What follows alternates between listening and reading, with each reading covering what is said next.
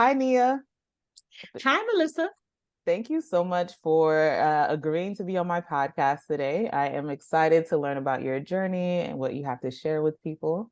You ready to get started? I am, and I really appreciate you having me. Of course, of course.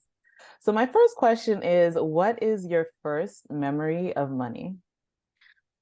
To be completely honest, my first memory of money is not having any and experiencing not having any, eating the same thing multiple times a week because that was like the cheap restaurant in the neighborhood. And my mom really didn't have time to like come home, cook dinner because she worked all day. My mom was a personal trainer. And she was a personal trainer slash fitness instructor. So typically she worked multiple jobs because you typically are not working for 8 hours. So by the time she got home, she's taught about 5 classes that day. She's not coming home and cooking. So we would eat a lot of Chinese food, or either that or the meals we created. So to me, I think that is a big factor in me remembering money when I was younger, like the experience of not having it. What were some of the meals you created?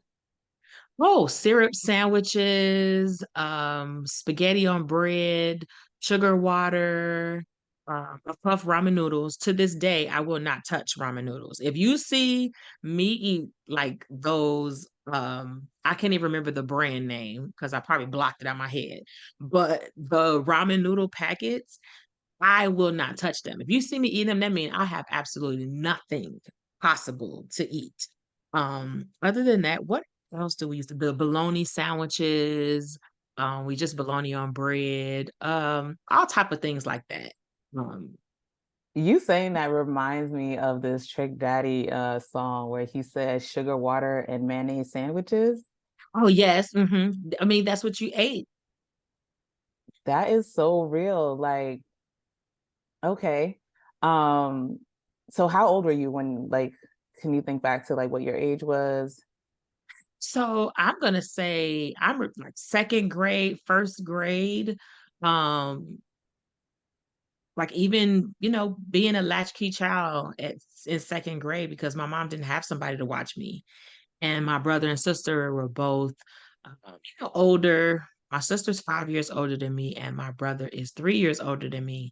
So I was the youngest, and of course, the far away from what they were doing. So they, you know how it is with your younger siblings, like go sit down somewhere.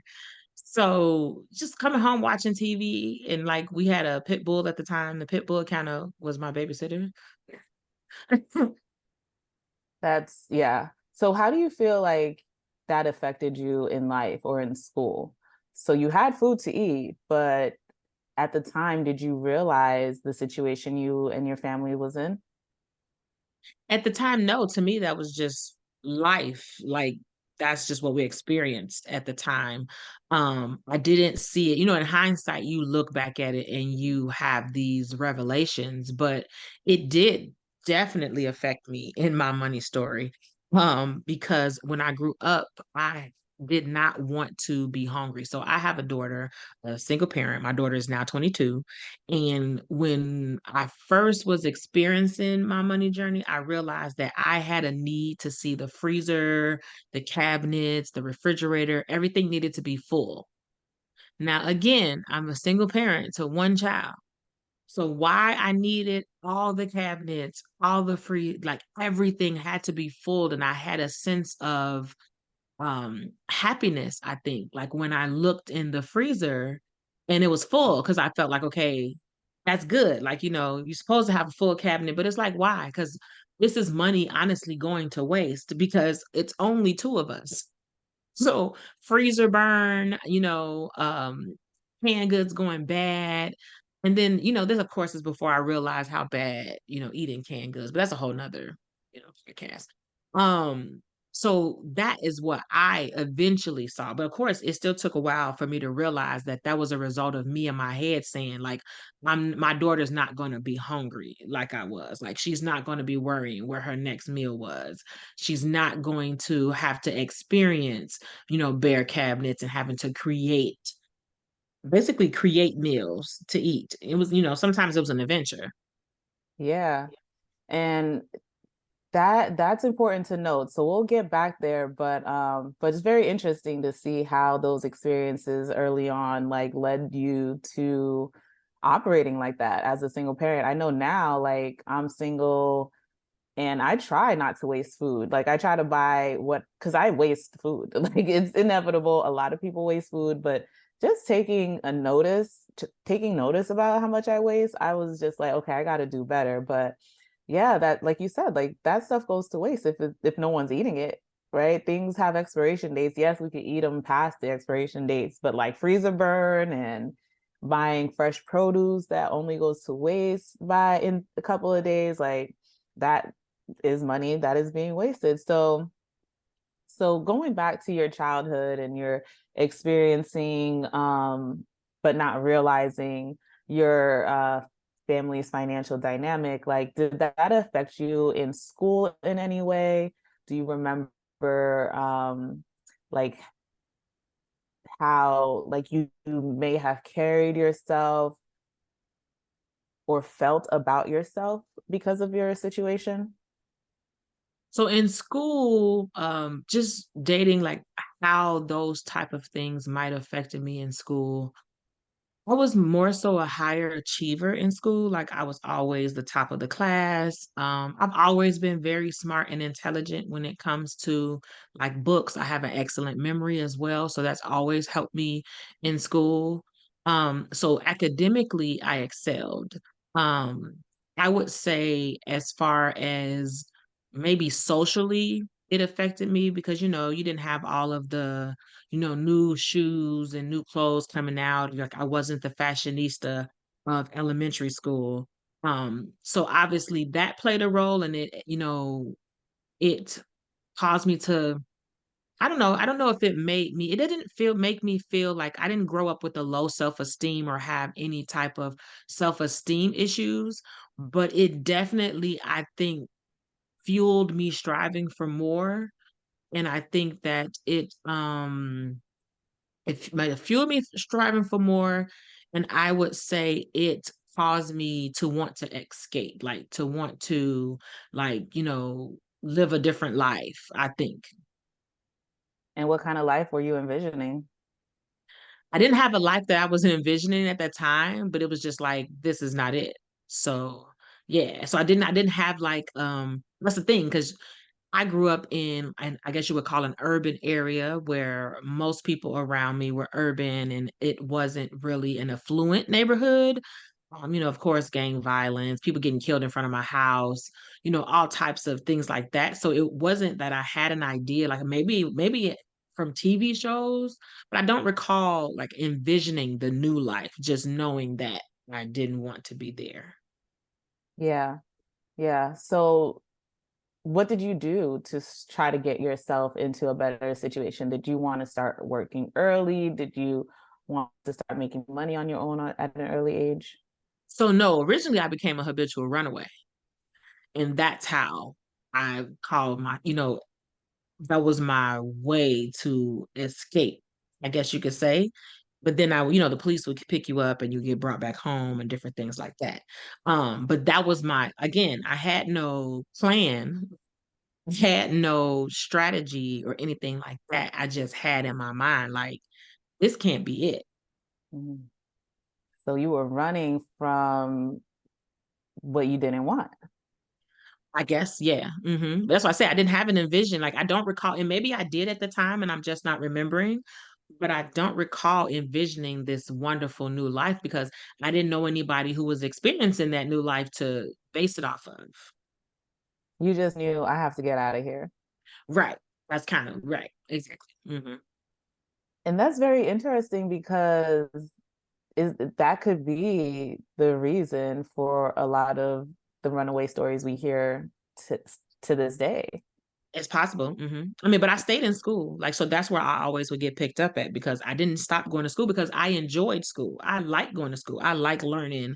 I'm a nerd at heart. That's why when I go travel, I go and learn about the culture and the economy. I want to know what's the imports, what's the exports. Like, that's not the typical tourist that's, going on a trip. So I'm a nerd at heart. So I still went to school. I never missed a day of school. And nobody at school would really know. like what's going on. I Where mean, would you run away to? other than like the administration. So typically I would stay at like friends' houses, things like that, to be honest.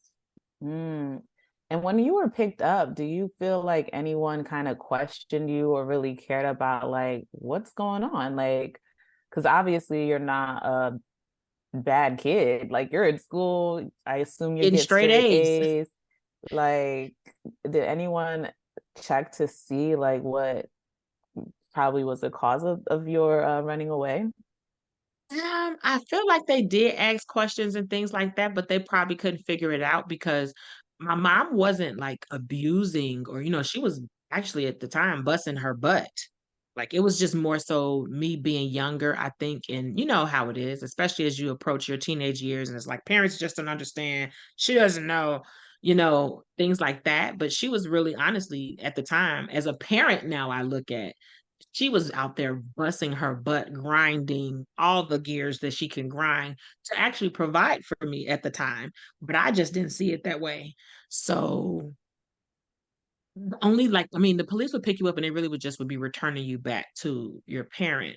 And then you would go through and you would talk to social workers and things like that. And they would ask you, like, how you feel. And they would ask you about home. So you would go through the standard test. But I think because I didn't have any like pressing issues to them, it's like, well, yeah, send her back home. Yeah.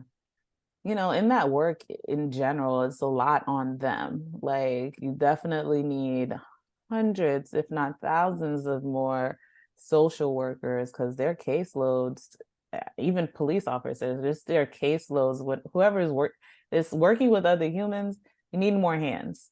Oh, Um, absolutely. did you think that your friends' lives were not better, but like you ran away to your friends, but did you feel like they could offer something better than what you had? I don't know if I felt like that or if it was just an opportunity for me not to be at home. So I don't know so much. Like, I was young, so I didn't have any, I would say, I'm not going to say I didn't have any thoughts of substance, but I didn't have deep thoughts. My thoughts weren't deeply thought out. Or developed, should I say. They were really, to be honest, more so fleeting, I think would be better.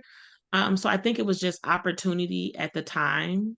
And then possibly, yes, that maybe they were doing funner things than I was because maybe they had more money than we did. So they were able to like, because like we didn't have birthday parties, like we couldn't afford it. So we didn't have birthday parties all growing up. The only time we went to the dentist is when the dentist was at the school doing the regular checkups. The only time we went to the doctor is because it was required to go to the next grade, you had to get shots. So you had to go to the doctor in order for you to be able to attend school. Other than that, we didn't really do those things. So I think that it was like maybe that is a big part of it, as well as just it wasn't home. It was somewhere else, it was somebody different. You don't know their parent gets on them just like your parent gets on you. Hmm. You have no clue. You just seeing a small snapshot of their life. Yeah, yeah. So let's fast forward a little bit to like you getting your first job. Did you get one at an early age? Did you get one in your teen years? Did you get one later on? So I did. My first job was at the age of 15. I worked at a restaurant called Lil Buster's, which they took over Checkers. So they pretty much had the same exact food as Checkers, but just a different name. But I had a work permit, so I only could work 20 hours a week, at $5.15 an hour. And by that time, I was long gone from home. I wasn't at home. I left, like officially left home and didn't go back, like probably at 13. So and where I was staying, I kind of had to pay rent. So I made the 515, worked my 20 hours a week. And I can't remember how much I had to give, but I had to give a portion of it every week to where I was staying to kind of, cover my room and board, so to speak. Um, but yeah, so it was to me, go to school, getting off work. So essentially, since that time, I've been working like multiple jobs or multiple endeavors at the same time. What was it like making your own money? It was cool. I spent it on like shoes and, clothes. Like I didn't spend it on like responsible things though. I mean, but technically for a teenager, they were responsible to me. Like, but I had to pay like my fees. So like going through high school, I paid all my fees and, so I did spend it on some responsible things because being that I was out on my own, I was responsible for all whatever lab fees or book fees or anything like that that arise at school. It was my responsibility to pay. So it was beneficial in that sense. I was able to do that, but covering my shoes, I was not the typical high school student. Like while other people were just, oh my God, da da da. I was out here literally trying to have to pay my way, and have to worry about like buying the clothes that I wear to school and things like that. You had adult responsibilities early on. Absolutely. Hmm. So did making money or earning money make you want to make more money? Like what were your goals at that time in life? Like did you want to go to college? Like what were you starting to formulate like a plan to improve your life at that time? Like what was your maybe thought process since making money, earning your own money?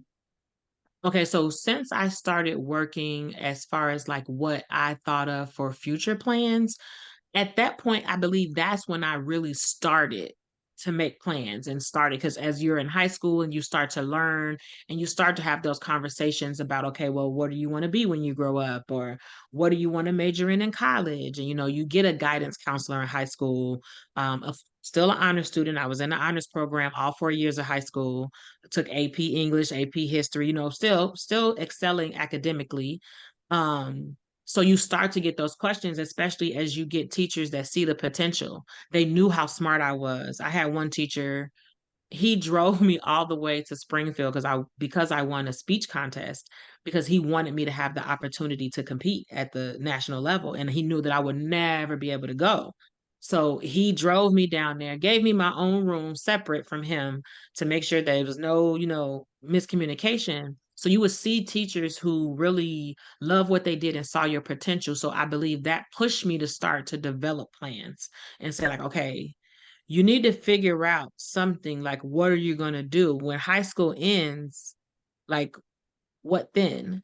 So that's when I started to develop like I did want to go to college, which I did attend college. I didn't do it traditionally, but I did have plans to go to college and originally I wanted to be a lawyer. Okay. So talk to me a little bit about that process. You're, getting closer to ending high school or graduating high school. And life starts to feel a little more real. Thinking back, it definitely wasn't. I mean, it was, but for me, life really started like lifing in like my mid 20s. Um, but but like you, I too was like on my own at 18, like trying to figure it out. But I maybe am not counting it because I was so up in the air, like what am I doing? Like I just don't count it as being anything, but it was informative. Like all of those experiences, mistakes, decisions, like they formed who I became and am still becoming. So yeah, at that time, like you're getting closer to age of adulthood, 18. What decisions did you make? Like what direction did you start taking your life in? So when I started to approach 18, knowing that I wanted to be a lawyer, one of the first things I did is I enrolled in the College Excel program. And I don't know if you're familiar, but you essentially started taking college courses, I believe like junior year of high school, and you get college credit. So by the time that you graduate from high school, you essentially almost have an associate's if you don't have it already. So I did that to start taking classes and start learning law and taking some of the gen ed classes and things like that. And I determined I did not like law school. It was extremely boring. I could barely sit through the classes. And I was like, and I have to do this and then go to a school all about law. I'm like, this is not going to work. But and then originally I was speaking with a friend and we were going to go to the Air Force on the buddy system. Well, like I said, I had a huge pivot when I became pregnant at 17 myself. So I became pregnant at 17 and essentially So just to put a timeline, my daughter was born, no, okay, my high school senior prom was May 9th. My daughter was born May 31st, and my graduation was June 6th. So graduating high school, I was at my prom 9 months pregnant. I had to check myself out of the hospital against medical advice in order to return to school and take my final exams. Otherwise, I would not have graduated from high school and, return your books. And, because how we can't give you a diploma. You owe $300 for books. So I had to get back to, and again, nobody at my high school knows of this because I did not tell people I was pregnant. Um, so graduate from high school, now I have a child that has to be, cared for in order for me to attend school. So I took maybe the summer off and then started college in the fall, but I only went for one semester before I couldn't continue anymore because, as you say, life was lifing.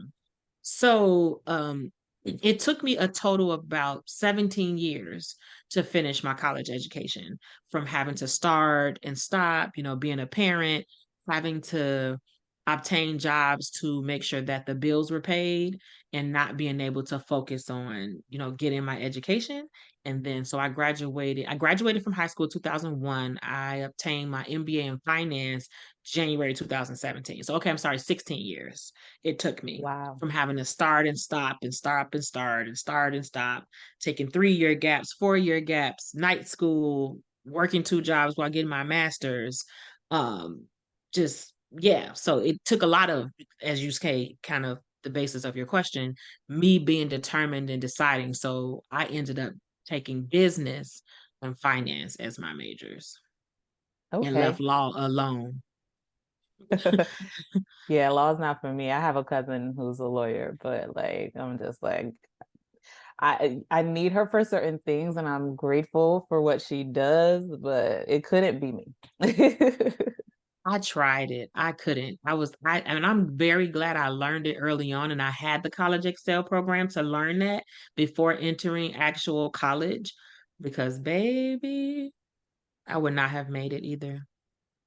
Yeah, and I'm sure people say what we do is just as boring, but we're money nerds, so how could you not love this stuff? I don't understand it. I don't understand it, but that's okay. It's their loss. Mm, It's their loss, and we will never be out of work. So ever. this has been a problem since the beginning of time, right? Like money has is discussed in the Bible, how to manage money, deal with debt. Like this is just a thing, just like managing your health and your weight and just making it's a decision that we have to make and responsible decisions that we have to make and we're tested in just like everything else. But anyway, you um alluded to it or spoke about it earlier in terms of like how you wanted your daughter's experience to be different from yours. But talk about a little more about your journey as a single mother. Did you see some of the same traits in yourself as what you saw with how your mother raised you or what she was going through?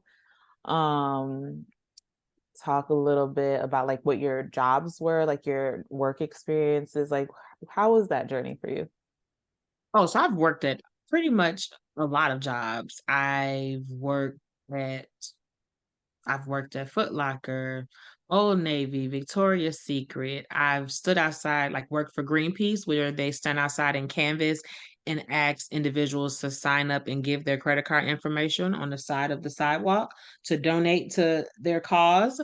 I've worked for an ambulance company in the insurance department. I have worked at a hospital, at a doctor's office. You name it, I have worked there, baby. I was a mail carrier for the US Postal Service for almost 8 years, working outside in the elements in Chicago, Illinois, where they get all the elements. I have now I work for the Department of Labor. Um, what was I gonna say? So I have worked the jobs. My daughter originally, yes, I was exactly my mother because when you have not, back Now I feel like there's a lot more opportunities. Growing up, we were taught and experienced that you needed an education in order to make more money. So my daughter experienced the same thing that I did because I'm a first generation. My father or mother did not graduate college. So I had to work the jobs that I could because I couldn't get the higher paying jobs at the time. But what I again, fueled by not wanting my child to have the exact experiences that I had, that's what made me start working and going to school. So she did experience the same situation, me working all the time. I did have different people like my father, even my mother too, step in sometimes, help her when I'm at school after. So it wasn't the exact similar where she was just sitting at home by herself. She would be at daycare during the day and then somebody would pick her up or I would pick her up. So usually she wasn't alone, like, get out of school and just at home alone originally, more similar to I was, maybe when she got older. So she did experience that. And then she did experience me working a lot or being away from home a lot during the day up until she was about I would say 12 or 13, just because she was approaching high school. I didn't want her to not be able to take on extracurricular activities. I didn't want her to not be able to, be a child. So I actually took a $20,000 pay cut. And I left the Postal Service and transferred to be a receptionist at the Department of Labor because most agencies didn't really see mail carrying as specialized experience. So it was hard to transition into a job at the same level of pay. So I had to take a $20,000 pay cut. At the time I had just obtained my bachelor's, had not gotten my MBA yet. So I became a receptionist and then enrolled to get my MBA while I was a receptionist. And that's kind of how I led to now I work a full career.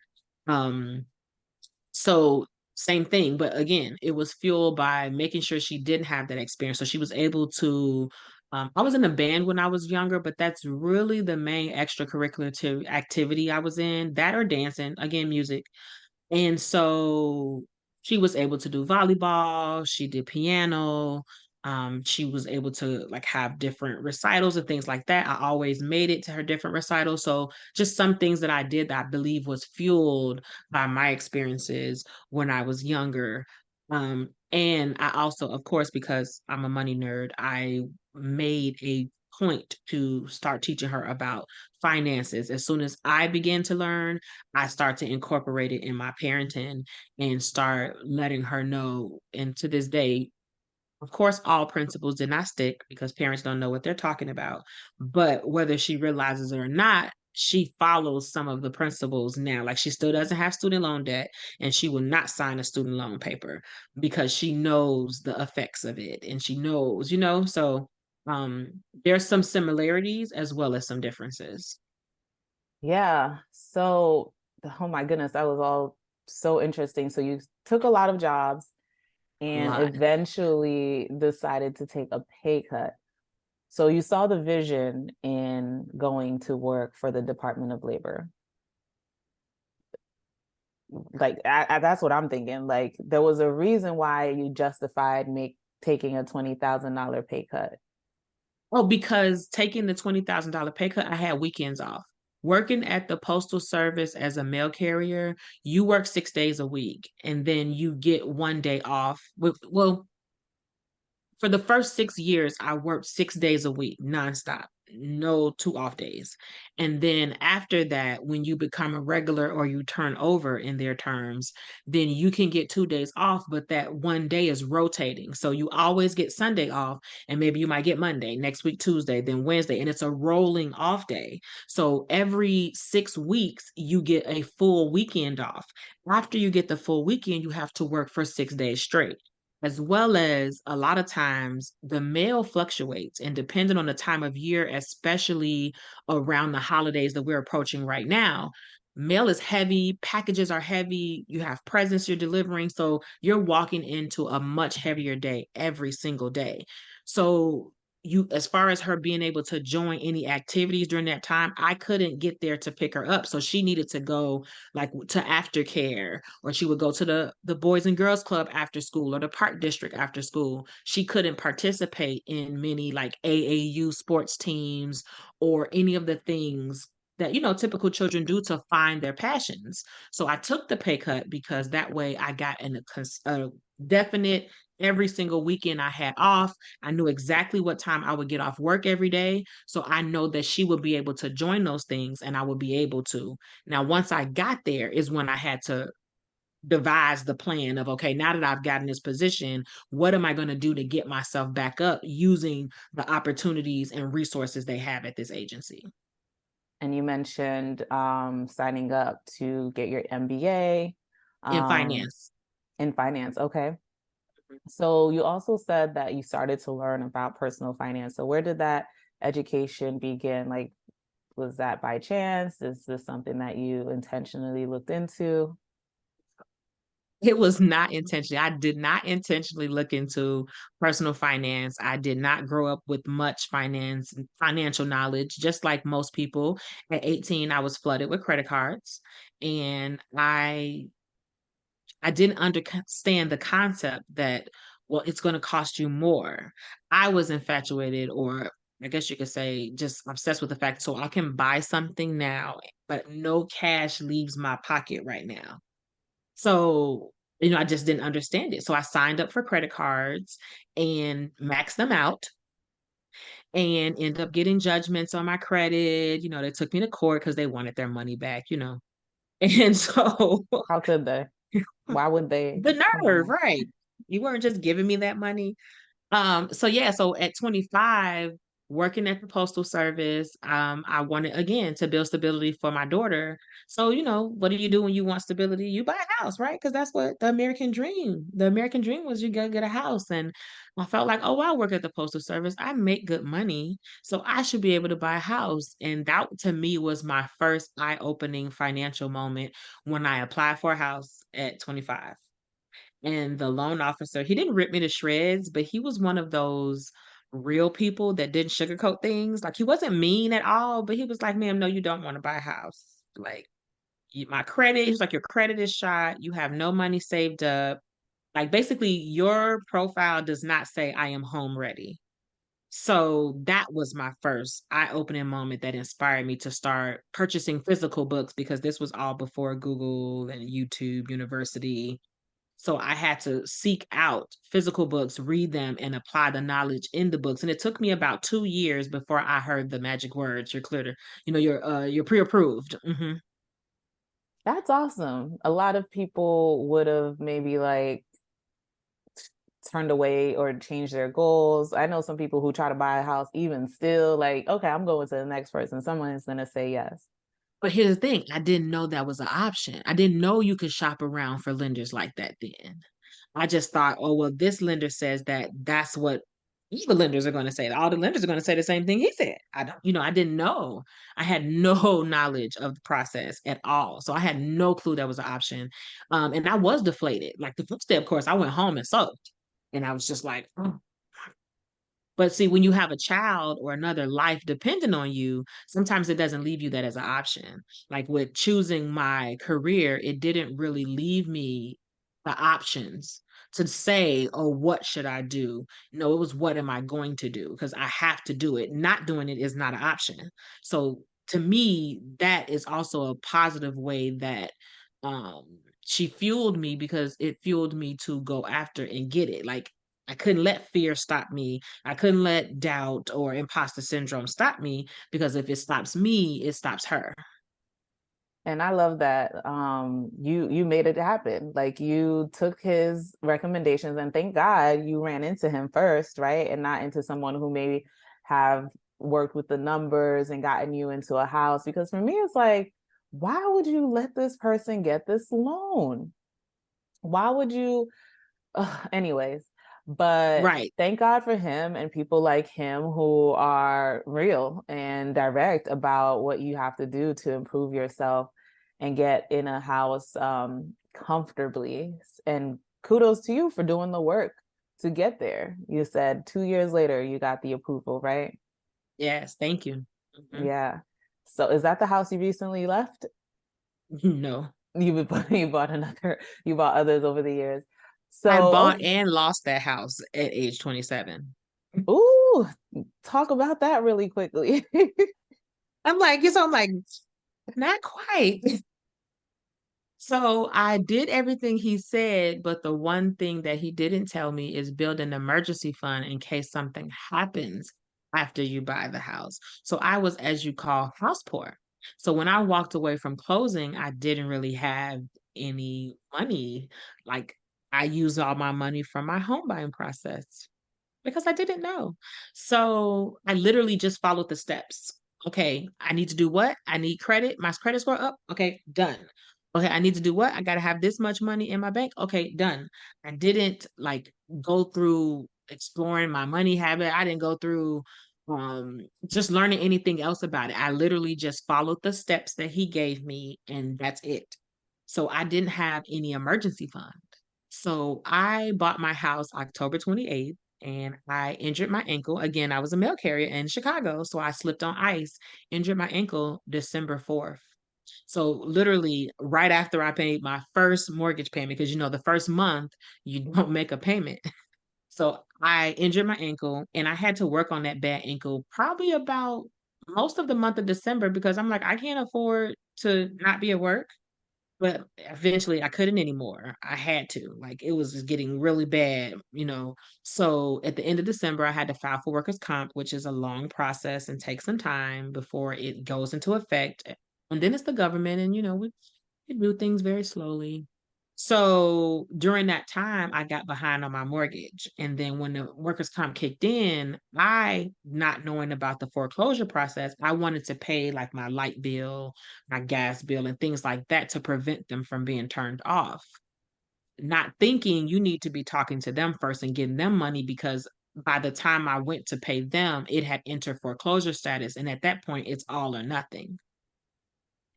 They're not accepting payments at that point. And then when I tried to do a loan modification, they're like, oh, well, your rate is already good. Your loan is already affordable. So, like, I'm not sure what, we can do to help you. So essentially, I end up losing the house. How many months later did you lose? So you Oh, it takes a closed. while. Foreclosure takes a while. Post 2008, foreclosure takes a while. In Illinois, I'll say that. In Illinois is a tenant friendly state. So I would say it takes about 18 months for a typical foreclosure in Illinois. So you bought the house, immediately you got injured and you tried, but eventually just could not keep up with the payments. Right. I couldn't. And I had a boot, I had a cast, and I eventually had to have surgery on my ankle. So like I hurt my ankle really bad. And then working on it for a month, I mean, I'm sure probably made it much worse. ooh, so lessons in that experience, right? Like you said, like the emergency fund, you cannot be house poor. Do not think that you're going to put everything into the house because that's setting yourself up for failure. I have a life of lessons if you can't tell. Don't we all? It's just they're at different degrees. They look different, but lessons are a part of life. Um, so okay, how did you come out of that experience? So I ended up having to file bankruptcy so that I could get owing the money, from the foreclosure off my credit. So I filed bankruptcy, but I had to do, I believe it's called a reaffirmation of debt so that I didn't take my car also. Um, Even though it was at a ridiculous rate. Because of course, during all this process, my car, went down. I had to get another car. So my interest rate was ridiculous. So, but I had to keep it. Even the judge in the bankruptcy was like, I mean, well, like you filled out the reaffirmation of debt, so you want to keep the car. I don't understand why, but if that's what you want to do, like she was like, this rate is ridiculous.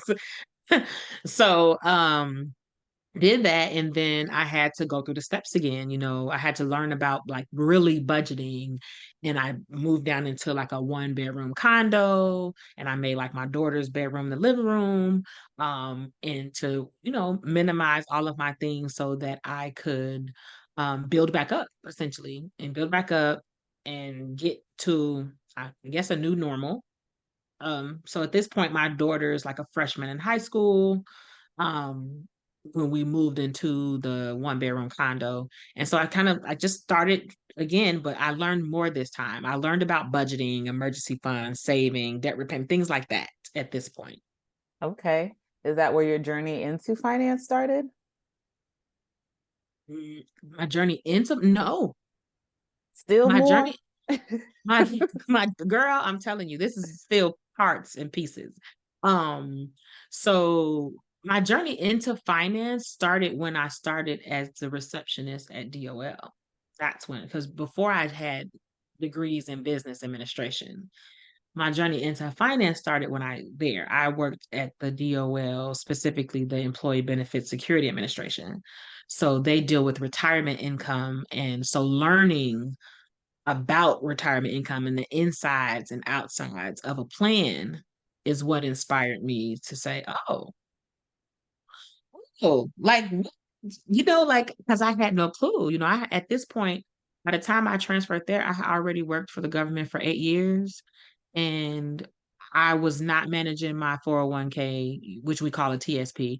I was not doing anything to it. The money was just going into the basic fund that they sent it into. I had no clue. So learning that, and then that they gave us trainings and different things like in investing, and it's like that's what started to open my mind to know like, oh, like it's a whole new world out here. So even though I took that $20,000 pay cut, that was probably one of the best financial. Like, I started traveling more because even with that $20,000 less, once I got in my new condo, I was able to do so much more with it than I was doing with the money I was making from the postal service. For one, I was at work so much that I bought a lot of restaurant food because I didn't have time to cook. I didn't know anything about budgeting, so I wasn't budgeting the money well that I had, even though I was making a great amount of money. So getting down to that $20,000 is really, I would say, that was one of the things that really sparked it. And that's one of the reasons why I got the MBA in finance. Because then now my new interest for money was sparked. Like, oh, you can do that? They make that? Like learning all the different vehicles and strategies. I had no clue about any of them before that.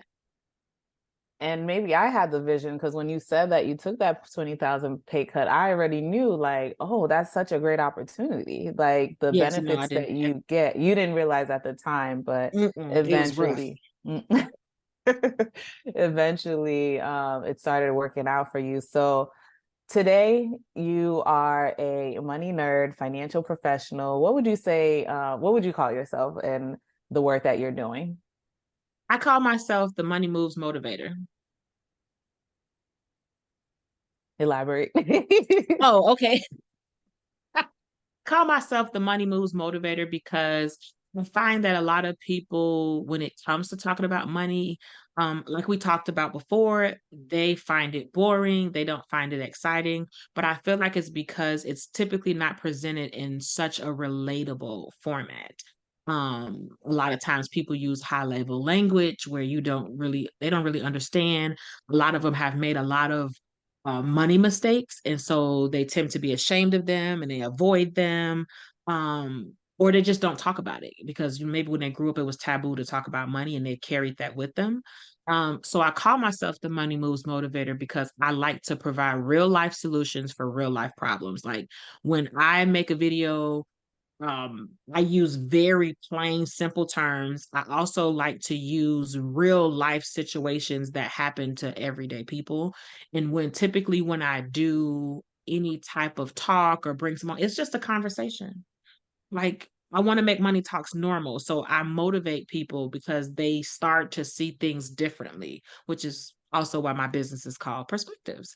To help them start to see it from a different angle and motivate them to actually start making money moves.